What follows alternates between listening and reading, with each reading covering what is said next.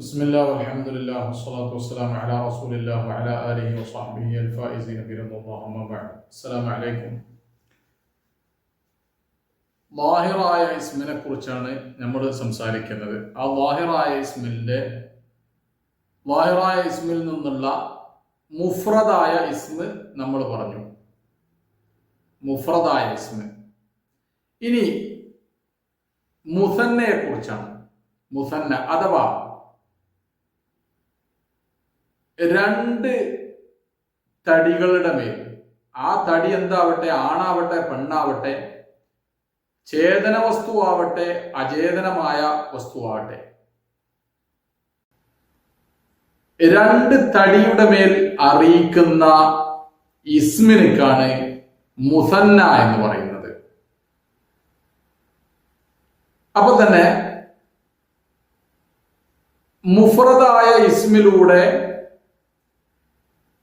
അലിഫും നൂനും അല്ലെങ്കിൽ യാവും നൂനും ചേർക്കുമ്പോൾ അത് മുസന്നയാകുന്നു. എങ്ങനെ? മുഫ്രദായ ഇസ്മിനോടുകൂടെ അലിഫും നൂനും അല്ലെങ്കിൽ യാവും നൂനും ചേർക്കുന്നതോടുകൂടെ അത് മുസന്നയാകുന്നു. ഇപ്പൊ നമ്മൾ പറഞ്ഞു റജുലുൻ. അപ്പൊ റജുലുൻ എന്നുള്ളത് അലിഫും നൂനും പാടെ ചേർത്തു, റജുലാനി എന്ന് പറഞ്ഞു. അപ്പൊ രണ്ട് പുരുഷന്മാർ. അല്ലെങ്കിൽ റജുലൈനി എന്ന് പറഞ്ഞു, അപ്പോഴും രണ്ട് പുരുഷന്മാർ. അലിഫും നൂനും എപ്പോഴാണ് ചേർക്കേണ്ടത്, യാവും നൂനും എപ്പോഴാണ് ചേർക്കേണ്ടത് എന്നുള്ളത് നമ്മളിപ്പോൾ തന്നെ പറയും ഇൻഷാ അല്ലാഹ്. പക്ഷെ ഈ അലിഫും നൂനും എന്തായിരിക്കും, അല്ലെങ്കിൽ യാവും നൂനും സായിദയാണ്. സായിദ എന്ന് പറഞ്ഞാൽ രണ്ട് വ്യക്തി അല്ലെങ്കിൽ രണ്ടെണ്ണം വേണം എന്നതിന്റെ മേൽ അറിയിക്കാൻ വേണ്ടി ചേർക്കുന്ന ഒന്നാണ്.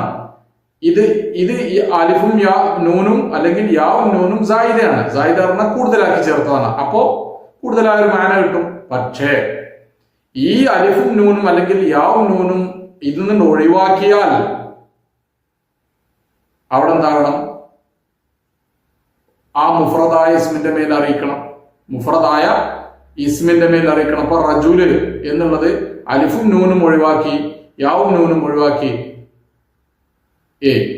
അപ്പോ റജുല് എന്നുള്ള ആ വസ്തു തന്നെ അവിടെ നിൽക്കണ്ടല്ലോ.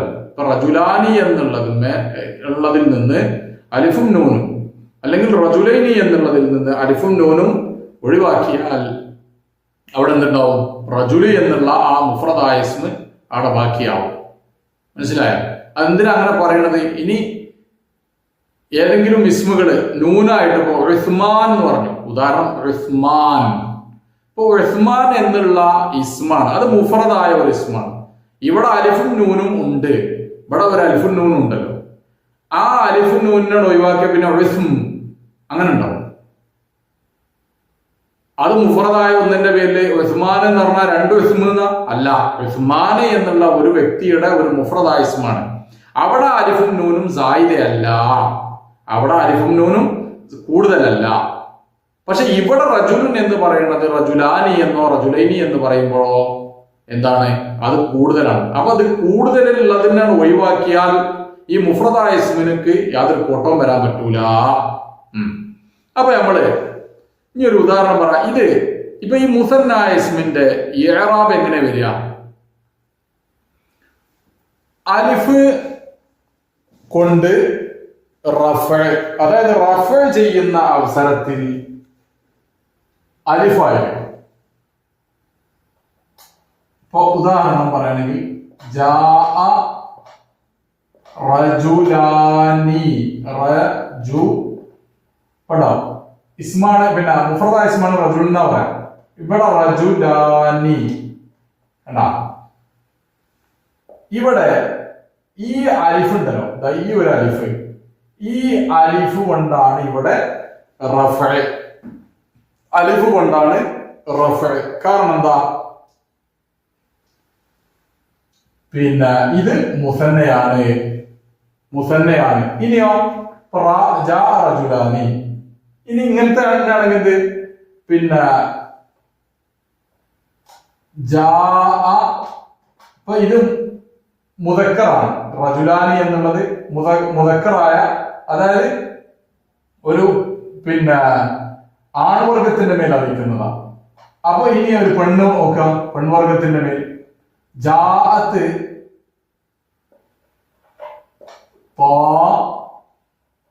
താലിബതാനി, അതുകൊണ്ടാണ് താ കൊടുത്തത്. താലിബത്തുൻ താലിബത്താനി, ജാഅത്ത് താലിബത്താനി. ഇവിടെയും എന്താണ്, ഈ അലിഫിന്റെ മേലുള്ള അലിഫ് കൊണ്ടാണ് എന്താണത് റഫ് ചെയ്യുന്നത്. ഇവിടെ അലിഫ് കൊണ്ടാണ് റഫ് ചെയ്യുന്നത്. അപ്പൊ എന്തായി, ഫാഇലിനിക്ക് റഫ്ആണ്, ഫാഇലിനിക്ക് റഫ്ആണ് ചെയ്യുന്നത്. അപ്പൊ ജാ എന്നുള്ളതിന്റെ ഫായിലാണ് റജുലാനി. ഈ രണ്ട് പുരുഷന്മാർ വന്നു. അപ്പോ ഫാഇലിനിക്ക് റഫ് ചെയ്യണം. റഫ് ചെയ്യേണ്ടത് ശരിക്കും ആദ്യം നമ്മൾ പഠിച്ചെന്താ, മുഫ്രദായ ഇസ്മാണെങ്കിൽ ലാഹിറത്തായ ലൊമ്മത്ത് കൊണ്ട്. പക്ഷെ ഇവിടെ ലൊമ്മത്ത് കാണാനില്ല.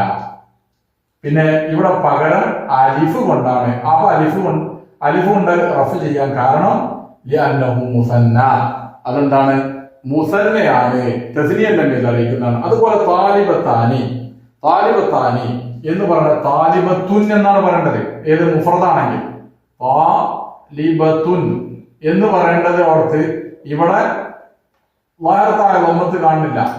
എന്താ കാരണം, താലിബത്താനി എന്നുള്ള മുസന്നയാണ്. അപ്പൊ മുസന്നന്റെ മേൽ എന്താണ്, ഈ അലിഫ് കൊണ്ടാണ് റഫ ചെയ്തത്. ഇനി വരാൻ പോകുന്നത് എന്താണ്, നസ്ബ് എന്തുകൊണ്ടാണ്?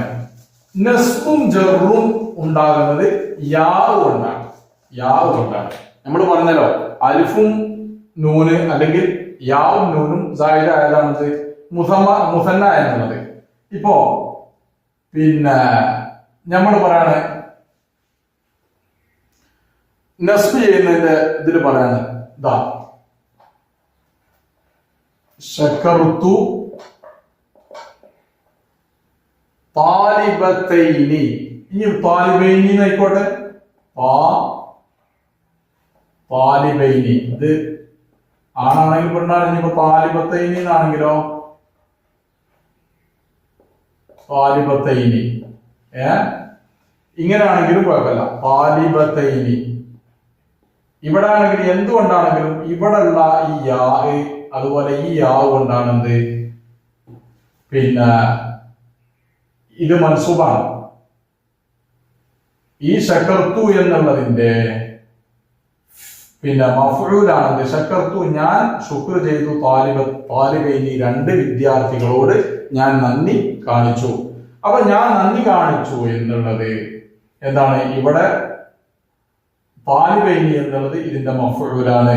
മഫ്ഊലിനിക്ക് ഇഅ്റാബ് നസ്ബാണ്. ഇവിടെ നസ്ബ് യാവ് കൊണ്ടാണ്. താലിബത്തൈനി ആവട്ടെ താലിബൈനി ആവട്ടെ ഏതാവട്ടെ, ഇവിടെ നസ്ബ് യാവ് കൊണ്ടാണ്. ഇനി നമ്മൾ ജറ് ചെയ്യുന്നതും എന്തുകൊണ്ട് തന്നെയാണ്, ജറ് ചെയ്യുന്നതും യാവ് കൊണ്ടാണ്. ഇപ്പോ മറർത്തു ബിത്താലിബൈനി അല്ലെങ്കിൽ മറർത്തു ബിത്താലിബത്തൈനി രണ്ടും പറയാം. മറർത്തു ബി താലിബൈനി മറർത്തു ബിത്താലിബൈനി. ഇവിടെ എന്താണ്, ഈ യാവ് കൊണ്ടാണ് എന്താണ് ജറ്, യാവ് കൊണ്ടാണ് ജറ്. അപ്പൊ നമ്മള് എന്ത് പറഞ്ഞു, മുസന്നന്റെ ഇഅ്റാബ് അലിഫ് കൊണ്ട് റഫഅ, അലിഫ് കൊണ്ട് റഫഅ,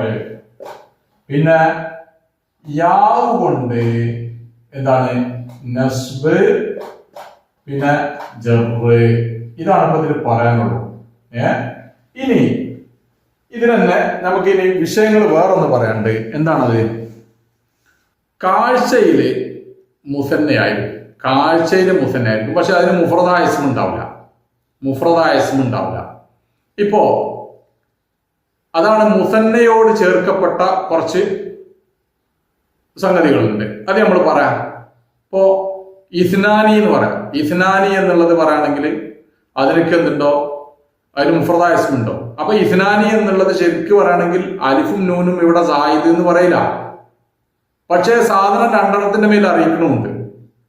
അപ്പൊ ആ നിലക്ക് ഇത് മുസന്നനോട് ചേർക്കപ്പെട്ടത് എന്ന് പറയും. അതുപോലെ കില കിൽത്ത, ഇതിനെ കുറിച്ചൊക്കെ ഇൻഷാ അല്ലാഹ് നമ്മൾ പിന്നെ അതുപോലെ ഇനി മുൽഹക്കാത്തുകൾ, അതായത് ഇതിനോട് തസ്നിയനോട് ചേർക്കപ്പെട്ട കുറെ വിഷയങ്ങളുണ്ട്. അതും നമ്മൾ ഇൻഷാ അല്ലാഹ് അടുത്ത ക്ലാസ്സിൽ പറയും. അസ്സലാമു അലൈക്കും.